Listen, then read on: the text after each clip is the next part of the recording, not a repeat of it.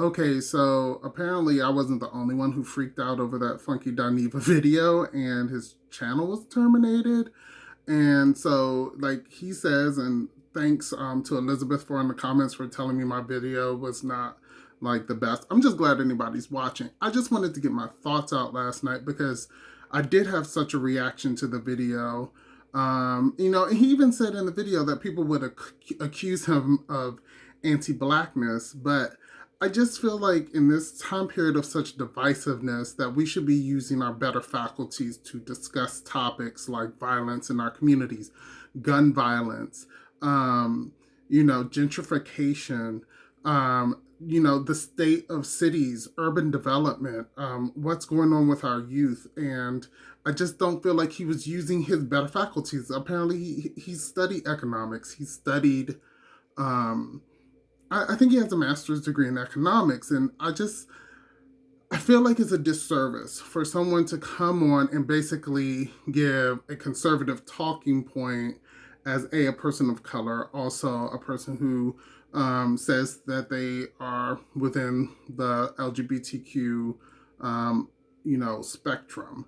I just think it's not a smart message to put out right now where he's clearly, he's saying the obvious where he's saying things like, white people are going to look at these incidents and he doesn't blame them for not wanting us around, or that this is going to be seen as a black thing because black crime, um, just we're so extra and it's so much of our extraness and the things that we do.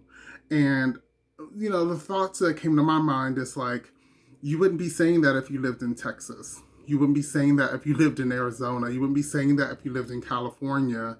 And to specifically look at North Miami and North Atlanta, basically you have these oases of public access to luxury things.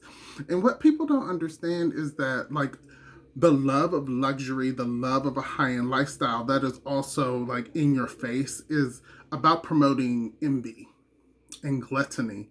It spurns a negative reaction in some people. For some people, it motivates them and says, it's aspirational. For other people, especially people who come from a more criminalistic mindset, these are points of envy. And for them, these are things that identify as, marks, as things that say, oh, that's a status symbol to you. So in order for me to be better, then I need those symbols. Well, I'm a person who takes things. I'm just going to take those things. I'm not going to work to buy those things, you idiot.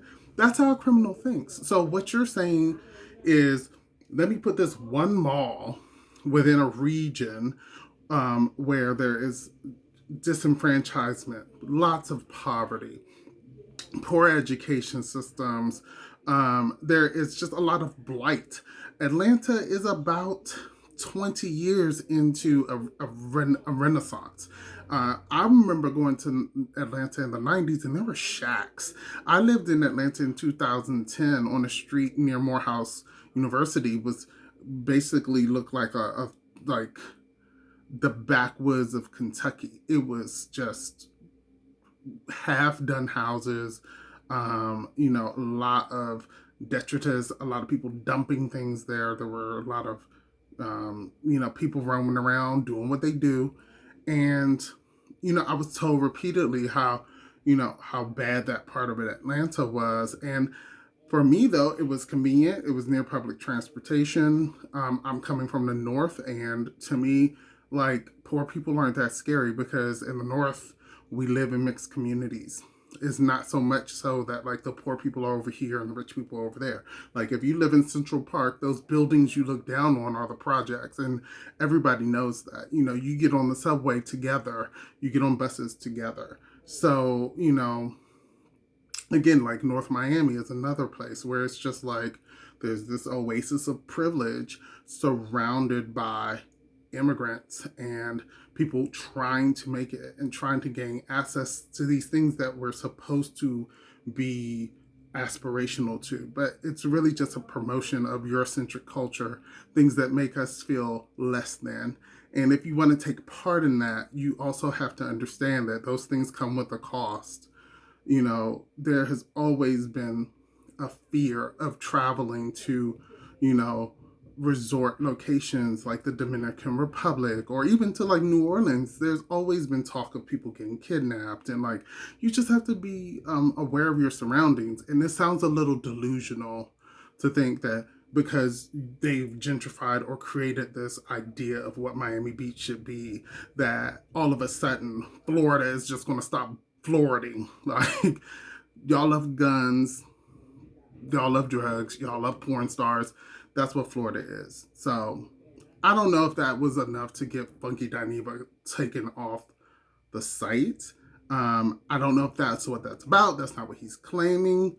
I just do feel like he went on this rant, and in one space it can sound like somebody just speaking their mind. But I can also see at this time that it is a bit of a dog whistle to let people who are anti-Black, to the point of white supremacy, to the point of militias, to the point of, you know, bringing their guns. This could be a call to them to, you know, come into these areas and protect these areas. I mean, let's not forget that's what Kyle Rittenhouse was doing.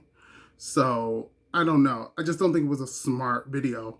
I'm a little disappointed. I think that he could have done better with his education, his background, the things he knows. So I hope that's not why they took the video down, but I hope it is a wake-up call to him, and I hope that it promotes a more thought-out process from somebody who could do better.